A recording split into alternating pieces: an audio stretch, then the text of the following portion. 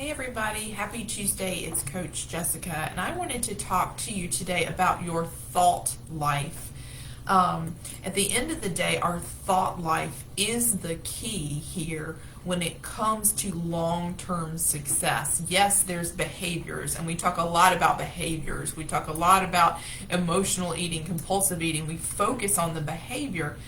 But I wanted to talk to you about your thought life. I don't know if you know this. I recently read something and it said that we have over 60,000 thoughts a day. Thinking about that, like if you stop and think about that, that actually can feel kind of overwhelming. Like, wow, 60,000 thoughts, but it's true. Our thought life really is what our life is. I mean, we're existing in a world and we act about,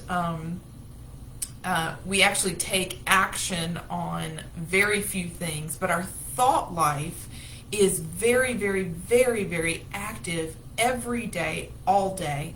And I don't know how many times we actually stop and really realize that. So I want to back up from behaviors and back up from actions and reverse that and go into our thought life. A lot of people struggle with eating disorders and compulsive eating and destructive eating things because they don't really realize that their thoughts are something that don't have to have control over them. For some of you who have been in this group for a long time, you've heard me talk about Ed, and I'm going to talk about Ed today. But I want to go before that. So thoughts come to us. We don't have a control over that process, meaning I don't get to decide what things pop into my head. And I hear a lot of you guys and a lot of my clients say, oh, I feel guilty because I'm thinking about such and such thing. I feel guilty because I'm thinking about binging. I feel guilty because it even popped into my head to eat this thing off plan. And then you start to beat yourself up for even having the thought. And so the first thing I want to put out there is you cannot control the thoughts that pop into your head. We simply don't have control over the fact that the thought forms in the first place. The thought forms for many different reasons, but you don't have control over that part. So if you are having problems with feeling frustrated or angry with yourself, or even shame because you're having certain thoughts, you need to let that go and understand that you don't have control over the thoughts that come. Okay, so that's number one. Number two is understand that in your mind, the thoughts that come, they all sound like you. We hear thoughts in our own voice. So it's easy to fall for this idea that when you have a sabotaging thought, it's your own self, it's your own voice telling you to do a certain thing. And one of the most freeing things on my journey was realizing that sabotaging thoughts don't come from me. There is a voice of sabotage. And so this is where I want to introduce you to what I call Ed.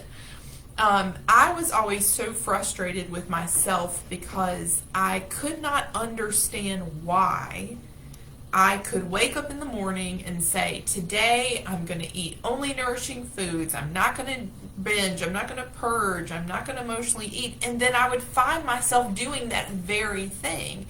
And you don't go from saying, I'm not doing this thing, to all of a sudden doing it. There's a whole process that happens. First, you have a thought that forms.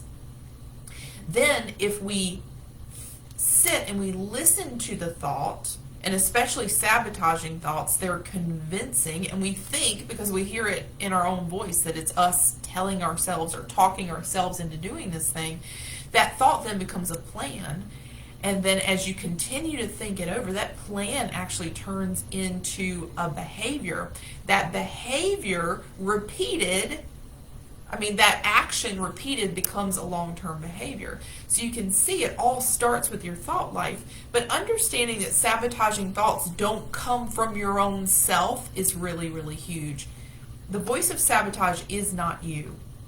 And this is really, really important. Those of us who have an eating disorder, we have a voice of sabotage. And I can offer you a lot of proof of that, and I will go into that more as the weeks go on in this group. But basically, one of the ways I can prove to you that sabotaging thoughts don't come from you is that you have the same sabotaging thoughts that I have. We all have the exact same voice that pops up and suggests a certain thing to us. It was very helpful for me in my journey to separate that sabotaging voice from my own, because if I was fighting my own thoughts all day, and some of y'all are doing that, you're like, why do I keep doing the thing that I don't want to do? It's because you're sitting there and you're fighting within yourself. But the reality is, you can't win when you fight yourself. If you can separate and say, I have a voice of sabotage, and give that voice a name, Ed, then I actually have an opponent that I can beat, and it's not me, because if I'm beating myself, I don't win. So understanding that all of our thoughts don't originate with us. There are thoughts for those of us who have an eating disorder, and Ed is short for eating disorder. Giving it that name allows you to differentiate between thoughts that are yours and thoughts that are Ed's. So how do I know if a thought is an Ed thought or my thought? Well, you're very clear on what you want. You want freedom. You don't want to be addicted. You do not want to keep doing the same behaviors. How do I know that? Because you signed up for a group that offers you, a solution, freedom, right? So if you're then talking to yourself, or you think you're talking to yourself, and you're saying, do this thing that's going to keep you addicted, that's not you. Any thought that points you back towards the thing that you're addicted to, or to a behavior that you already know causes you harm, is not your thought. It's an Ed thought. So I just wanted to plant that seed today about Ed and the fact that those thoughts are not yours. Now, the cool thing is, once you realize that you have these Ed thoughts and not your own thoughts, you can see them as enemy thoughts. And you'll hear me when I talk about these thoughts, I'll call them enemy thoughts, because that's what they are. They are not thoughts that line up with what you see your life becoming.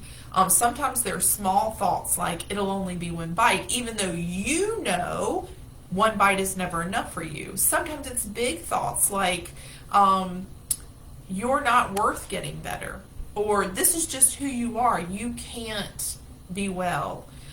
There are attacking thoughts like, you should be afraid you're going to fail. There's even thoughts that point you towards suicide and self-harm.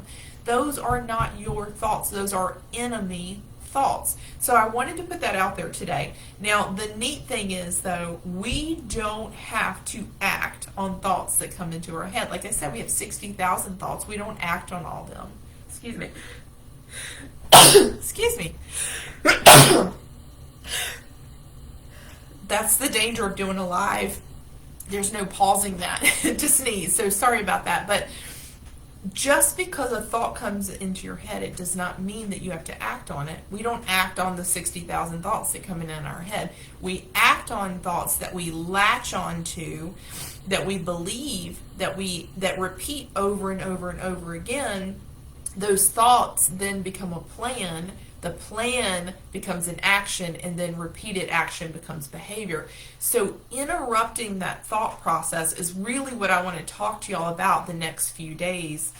And then building on that, we're going to talk about where the origin is of some of these thoughts and beliefs, and that has to do with your identity.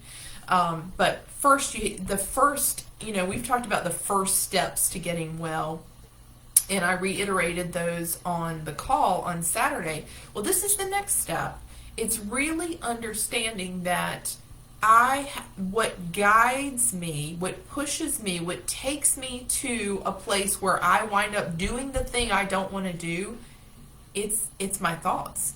And the origin of those thoughts is not myself, it is an enemy voice. So learning to identify which thoughts are yours, meaning thoughts that point you towards wellness, and which thoughts are EDS, those that point you towards sabotage, is the next step. So I want you to think about this, and we'll be talking about it more all week this week. Start to think about it in your own life. Like, what thoughts point you back towards sabotaging behaviors? It can be a thought like I used that it'll only be one bite, but a thought like, eating this will make you feel less lonely. Is that your thought? You already know the truth that eating does not make you feel less lonely. In fact, eating or binging alone makes you feel even more alone.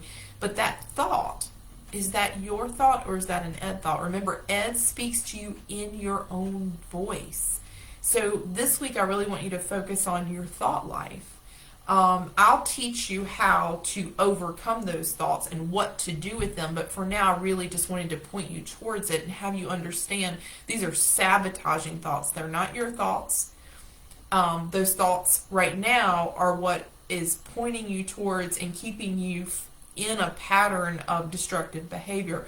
But once you can identify and you accept and you understand you have these sabotaging thoughts, you can learn to overcome that. And that's really a big part of healing, is dealing with your thought life. And that goes well beyond food. So anyway, I'm looking forward to digging into that this week, but I just wanted to introduce the concept and what I wanted to focus on this week. And feel free to leave your comments here about your own thought life. Again, some of you guys are familiar with this concept. Some of you, this will be a brand new concept. You have spent days and years arguing with yourself in your head, or you thought you have, and you wear yourself out when you're like, why can't I stop thinking about this thing? Why can't I stop doing this thing? Well, yes, I'm driving myself crazy arguing with myself. Well, the reality is you're not arguing with yourself. You're arguing with an enemy thought or an Ed thought, which is absolutely not productive. But I will show you the way to deal with Ed thoughts. For right now, just start to identify those, and feel free to share any of your Ed thoughts, or thoughts that maybe you've thought it was you, and now you're realizing, ooh, that's an Ed thought. That's an enemy thought.